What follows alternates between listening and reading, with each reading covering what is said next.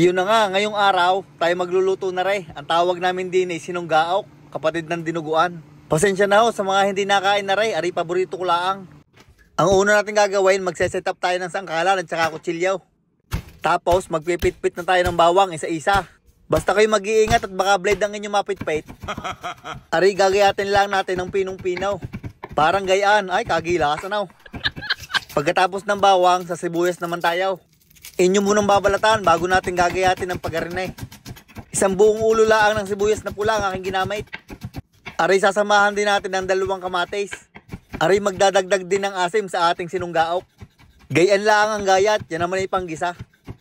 Sunod naman natin gagayatin aring karne. Ang karaniwang ginagamit din ay ulo ng baboy o kaya buto-buto. Ay wala tayo noon ngayon kaya aray liempo na lang ang aking ginamit. Ginayat ko lang ng garni kalalaki. Tapos atin na rin huhugasan para malinis. At ariho, ready na ang ating mga gagamiting sangkap. Kailangan din natin ng siling grain at saka ring dugo ng baboy. Uumpisahan natin na rin sa pagsasangkot siya na ring baboy. Mas masarap aray pag sinasangkot siya.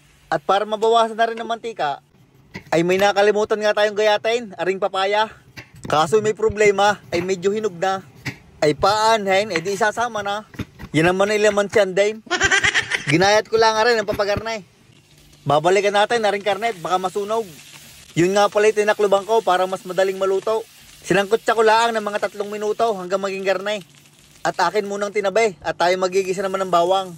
Dinig ko na din ginisa sa pinaglutuan ng karne. Gisahin nyo lang hanggang maging golden brown. Tapos kasunod na rin ang ating sibuyas. Gisahin nyo lang ng mga 40 segundo o hanggang maluto ang sibuyas. At pag sa tingin nyo luto na, ihulog nyo na ang ating kamatis.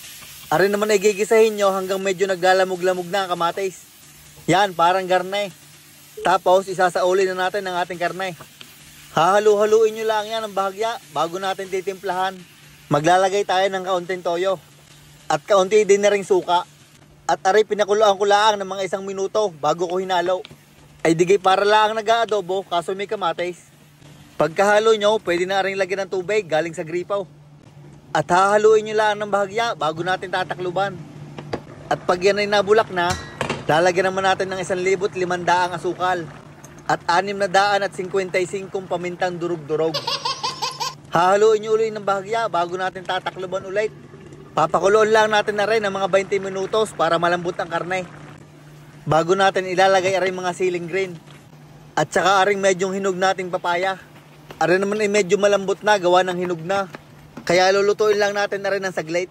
Siguro yung mga 3 hanggang 4 na minuto. Sunod naman atin na rin babantuan ng medyo malamig na tubig. Para hindi mabigla ang ating ilalagay na dugo at hindi magkurta. Dahan-dahan lang ang buhos niyan. At aalagaan nyo lang yan sa halo. Hahaluin nyo lang yan palagi hanggang kayo mangalay. Aba yan ang trabaho ko dati. Ako lang ang laging tagahalaw. Ay sadya na mga wit ang aking braso. Kulang na lang ay ilagay ko rin sa mixer eh. Inyong mapapansin sa inyong paghahalaw, mag-iiba ang kulay niyan at saka lalapaut. Parang garnay. At pag nakita nyong bumubulak na, ay ayos na yan. Atin na lang rin titikman at i-a-adjust natin ang lasa. Naglagay lang ako ng kaunting asin at hinalo ko ng bahagya at ayos na. Pwede din kayo maglagay ng suka kung gusto nyo mas maasim pa. Basta inyong papabulakin. At yun, luto na ho ang ating Batangas sinunggaok. Ay pag garnay yung ulam, ay sadyang magsasaing na kahit may sinaing pa. Ay iyon, ay paano? Ako'y sasandok na at kami kakain ha. Ang isa pang masarap na rin kapares ay puto. Ay yun sadyang masarap. Yun ang aming inaabangan eh pagkatapos ng tuklungan. Iyon, kakain na ho. Aray pangungunahan ko na ay sumunod na lang kayo. Aray unang subo para sa inyo. Ay walastik, fantastic. Ay para nasa Batangas laang. Ay kung gusto nyo pang mas mahanghang ay pigain nyo na lang yung siling grain. At yan ay katalo na. Yun ho, hanggang din na lang at ako'y maghuhugas pa. Maraming salamat sa inyong panunood. Shout out kay Joshua Abraham, kay Dags Castro, John Vincent Escoses, Russell Solores, kay Aider Aiden, kay Onel Cueto Aguila, kay Joshua D, at kay Justin Latin ng Bacolod City. Maraming salamat sa suporta mga idol.